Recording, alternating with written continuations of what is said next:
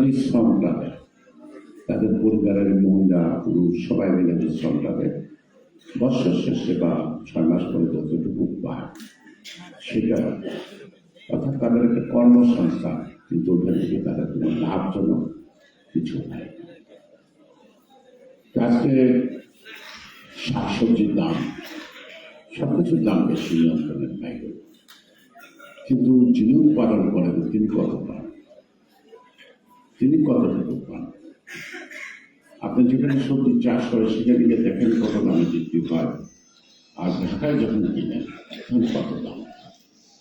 কারণ এগুলো এখন নৌকে আসে না, ট্রাকে আসে, প্রত্যেক জায়গায় ট্রাকের মধ্যে চালাবাজি হয়, ফলে তার যে পণ্য ঢাকায় আসে তার ব্যয়ভার হয়ে যায়।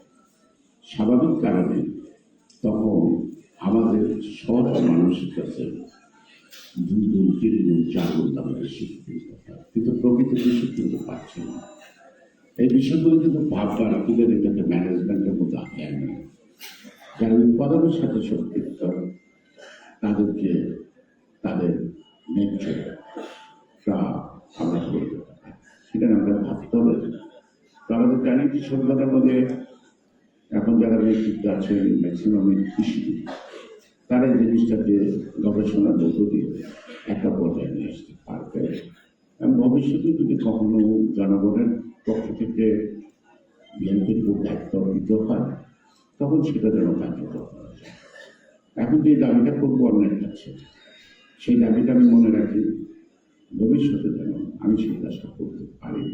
এটা পরিকল্পিত, অপরিকল্পিত হয়ে সরকারের দিয়ে লাভ হবে না। প্রায়োরিটি করতে হবে, আমার কোন কাজে লাগে। সে কারণেই অনেকে বলেছেন কৃষি বিলের কথা, আমি তাদের সাথে একমত। 91 সালে আমাদের নেত্রী লেফটেন্যান্ট বেগম খালেদা যে সরকার এসে তিনি 6,000 টাকা করে বোধহয় কৃষি বিল মকুব করেছেন, তাতে অনেক টাকা যায়নি। আজকে যদি কৃষকদের সুদে আসলে 20,000 টাকা করে মকুব হয়, তাতে রাষ্ট্রের তেমন কোনো করতে পারে না। সুতরাং আপনাদের দাবিটা যৌক্তিক, আপনাদের সাথে শুনিয়ে আমি প্রধান উপদেষ্টাকে বলবো আপনি চেষ্টা করেন। আপনি যদি হাজার হাজার কোটি টাকা দিন, তাহলে আপনি তাদের থেকে টাকা আদায় করতে পারেন না, তাদের কবলে রশি বাঁধতে পারেন না, তাদের জেলে দিতে পারেন না। কিন্তু একটা খুচরো কৃষক 5,000 টাকার জন্য ছেড়ে চান, এটা মিথ্যা কথা নয়, এটা অত্যন্ত সত্য কথা। সুতরাং আজকে আমরা 25 বিঘা জমি পর্যন্ত খাজনা মকুব শুনেছি, কিন্তু যাদের জমি আছে গিয়ে দেখেন আপনাকে বছরে 1% জায়গা মালিকগুলো আপনাকে খাজনা দিতে হয়, এবং 25 বিঘা জমি জায়গা মালিক হতে হয়, একদম টোটালি বের।